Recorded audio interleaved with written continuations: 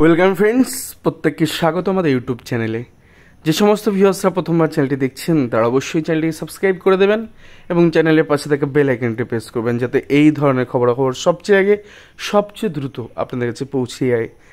আজকে ভিডিওটা শুরু করার আগে প্রত্যেককে রিকোয়েস্ট করব যে ভিডিওটা একটু শেয়ার করবেন আপনার পরিচিত বন্ধু বান্ধবী যারা আছে বা পরিচিত যারা আছে তাদেরকে। তার কারণ এখন সময় এসছে চোখে চোখ রেখে লড়াই করার, নিজের অধিকার ছিনিয়ে নেওয়ার জন্য এই চ্যানেলটা দীর্ঘদিন প্রচেষ্টা চালাচ্ছে, আগামীতেও চালাবে।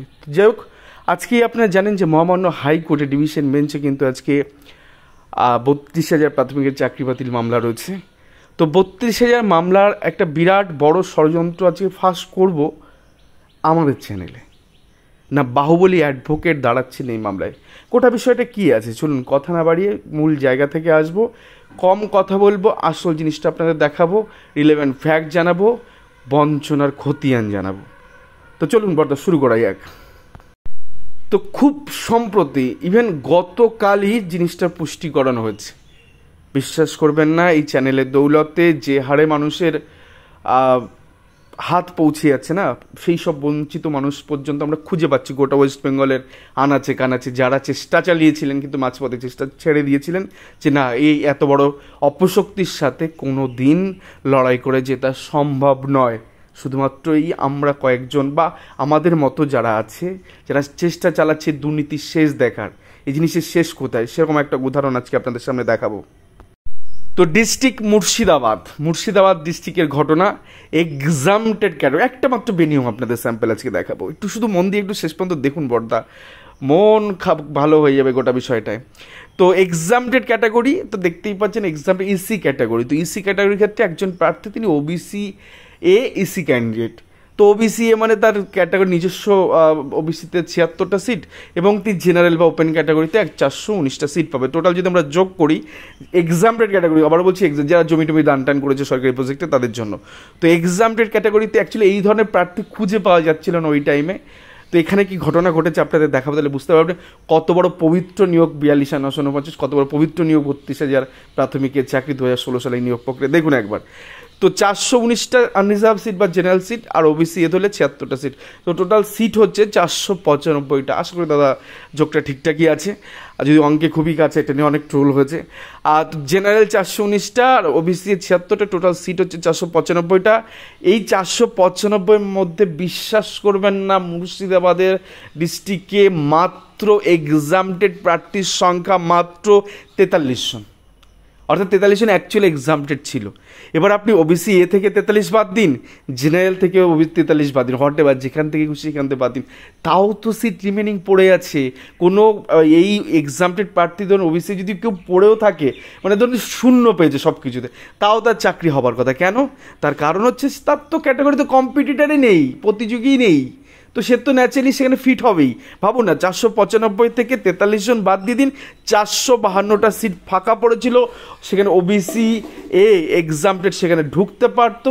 এটা ওবিসি এ হবে, হ্যাঁ, ওবিসি এ প্রার্থী সেখানে ঢুকতে পারতো, বাট কিছু প্রার্থীকে দেওয়া হয়নি। আমরা জাস্ট একটা উদাহরণ আজকে আপনাদের সামনে তুলে ধরবো যে এত কারি সিট থাকা সত্ত্বেও, এক্সামটেড প্রার্থী হওয়া সত্ত্বেও এখানে তিনি নিয়োগ পাননি। 8টা বছর ধুলোয় মিশে গেছে, 8টা বছর জীবন থেকে চলে গেছে, আজকে মাথার চুলে পাক ধরেছে। জীবনটা অন্যরকম হতে পারত যদি কিনা প্রাথমিক শিক্ষা পর্ষদ একটু সহৃদয় হয়ে একটু রুল মাফিক নিয়োগ করতো, বেনিয়ম না করতো, টাকা পয়সা স্বজন পোষণ না করে, নেপোটিজম ইস্যু কাজ না করে, যদি আজকে নিয়োগগুলো না দিত। টেবিলের নিচ থেকে নিয়োগ দিয়েছে, ব্যাকডোরে নিয়োগ দিয়েছে, নিয়োগের পর নিয়োগ দিয়েছে, কিন্তু এই ভদ্রলোকের সাথে এই ঘটনা ঘটেছে। চলুন তার ডকুমেন্ট দেখাই। বললে অনেকে বলছে অভিযোগ ফেক, তো অভিযোগ ফেক নয়, তার অ্যাকনলেজমেন্ট দেখতে পাচ্ছেন। তার ডিস্ট্রিক্ট কোড 07 মুর্শিদাবাদ, আর মুর্শিদাবাদ রোল নাম্বার 07, শহীদুল ইসলাম ভদ্রলোকের নাম।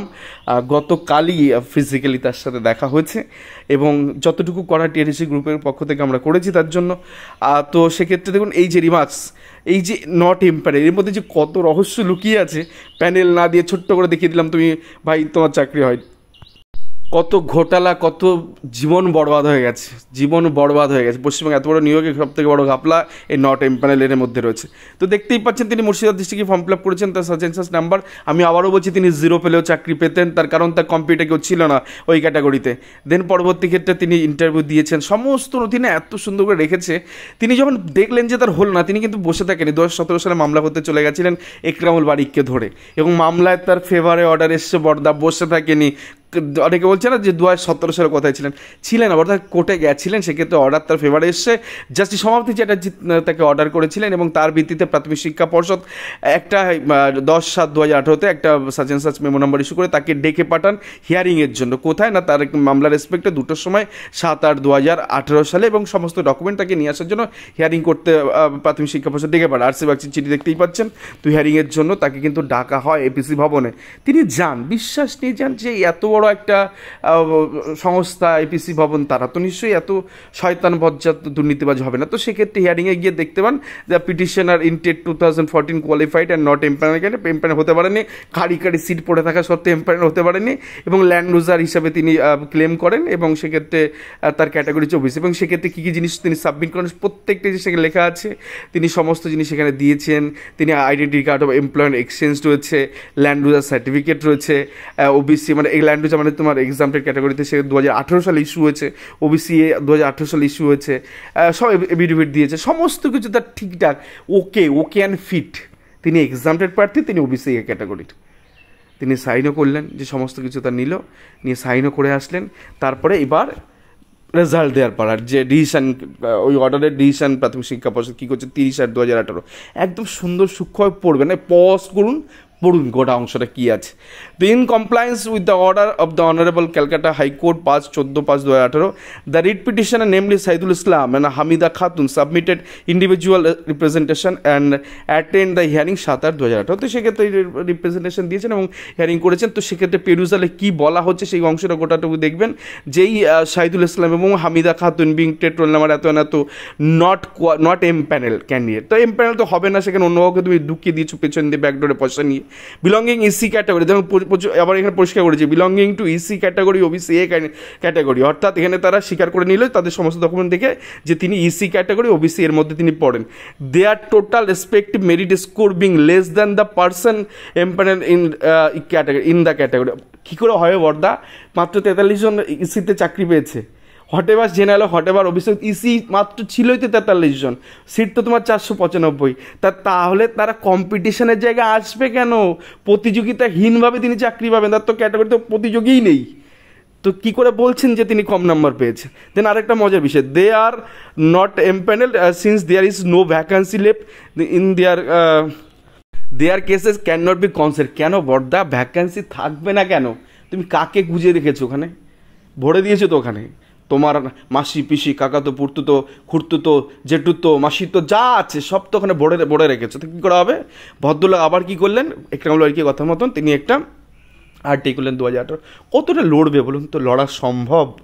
একটা মানুষের পক্ষে কতটা লড়বে? কতটা এত বড় শয়তান বজ্জাত একটা সংস্থা, হ্যাঁ, বিশ্বাস করে মানুষ এগিয়েছে, ফর্ম ফিল আপ করে পরীক্ষাটা দিয়েছে।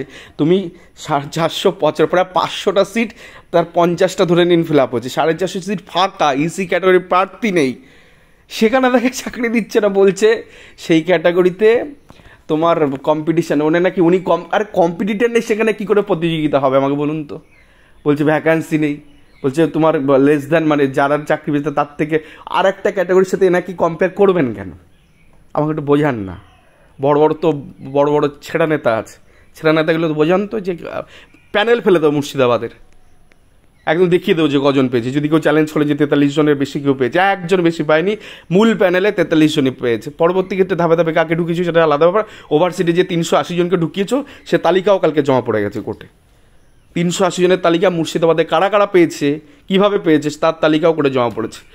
টিআরএসি কিছু করছে না, বিশ্বাস করুন। টিআরএসি যখন এই খবরটা পেল যে এইভাবে একজন প্রার্থী বঞ্চনার শিকার হয়েছে, 24 ঘন্টার মধ্যে টিআরএসি অ্যাকশন নিয়েছে। সেই প্রার্থীকে মুর্শিদাবাদ থেকে ক্যালকাটা হাইকোর্টে ডেকেছে, ডেকে তার হয়ে সমস্ত কিছু তারা তৈরি করেছে, রাত জেগেছে, স্টাডি করেছে এবং দেখেছে একদম অ্যাকচুয়াল ফ্যাক্ট এটা যে তার সাথে বিনিয়োগ হয়েছে। এবং একটা দুটো কনক রবিদাস থেকে শুরু করে বহু প্রার্থী, অরিন্দম ঘোষ থেকে শুরু করে বহু প্রার্থীর সাথে এই জিনিসটায়, এই বঞ্চনা এই প্রাথমিক শিক্ষা পর্ষদ তারা ওখানে ডেকে নিয়ে করেছে। অ্যাকচুয়ালি মানিক জামানায় একচেটিয়াভাবে জিনিসগুলো করেছে, কিন্তু কোনো কিছু সব কিছু সাপ্রেস। 2022-এর আগে আপনি কিচ্ছু পাবেন না, কোনো নথি ছিল না, মামলা করে করে নথি বের করতে হয়েছে, একের পর এক মামলা করা হয়েছে, তারপরে গিয়ে নথি বাইরে বেরিয়ে এসছে। তাতে করে যে জিনিসগুলো সামনে এসছে না, আপনি আটকে ওর বিশ্বাস করবেন এইভাবে নিয়োগ হতে পারে না, গোটা পশ্চিমবঙ্গে এইভাবে নিয়োগ হতে পারে না। প্রত্যেকটা 12 থেকে 14,000 ছেলেমেয়ে ডিপ্রাইভ। আর আপনি বলেই দিচ্ছি কার মানে যারা বিশ্বাস করবেন ঘটনাগুলো, মানে আমি তো একদম কাছ থেকে বিষয়টা দেখতে পাচ্ছি। তাতে করে প্যারা টিচারের সাথেও বঞ্চনা করা হয়েছে, এক্সাম ডেটের সাথেও বঞ্চনা করা হয়েছে, এক্স সার্ভিসম্যানের সাথেও বঞ্চনা করা হয়েছে। বিভিন্ন ডিস্ট্রিক্টের কয়েকটা মানে নন টেন যারা আছে তাদের তো হিউজ বঞ্চনা হয়েছে। এসসি, ওবিসি বি এদের সাথে বঞ্চনা করা হয়েছে। এই পরিমাণ বঞ্চনা এই প্যানেলের মধ্যে রয়েছে। তো এই সমস্ত বিষয় টিআরএসি যে ঘটনাটা বলছিলাম, তো তাকে পত্রপাত থেকে ডাকা হয় এবং তিনি আসেন এবং যতটুকু করা টিআরএসি তরফ থেকে সেটা কিন্তু গতকাল একদম চালানা পয়সা খরচ না করে সে বিষয়টা কিন্তু করা হয়েছে। এবং যে টিআরএসি যে বড় নেতা গেছিলেন, তো সেখানে গিয়ে কিন্তু তিনি তার নিজের ট্যাকের টাকায় গিয়ে সমস্ত কিছু করে বাহুবলী অ্যাডভোকেটের হাতে তার সমস্ত নথি এবং সাপোর্টিং ডকুমেন্ট, ওভারসিটের যত গল্প, যত আরটিআই, যত যা কিছু আছে প্যানেল রিলেটেড যা কিছু সব জমা দিয়ে এসেছেন। এই 32 মামলা এগুলো প্লেস হবে। যে এই ধরনের ষড়যন্ত্র করেছে প্রাথমিক শিক্ষা পর্ষদ, কী করে আজকে এই ইসি ক্যান্ডিডেটটায় বাদ পড়ে থাকে, মামলা করেছে, আরটিআই করেছে, তোমার কোনো কিছু তোমার মনে হলো না? একটা মানুষের জীবন তুমি নষ্ট করে দেবে এরকমভাবে? একটা মানুষ, হাজার হাজার মানুষ নষ্ট হয়ে গেছে জীবন। হ্যাঁ, আজকে এসে বড় বড় বাতেলা গলাবাজি করতে, তাদের অ্যাডভোকেটদের গলাবাজি, কে শুনবে রে গলাবাজি? হ্যাঁ, চোর কোথাকার, জোচ্চোর, ষড়যন্ত্রকারী, পিশাচ, সব কিছু এরা সব কিছু, এরা জীবন নিয়ে ছিনিমিনি খেলছে।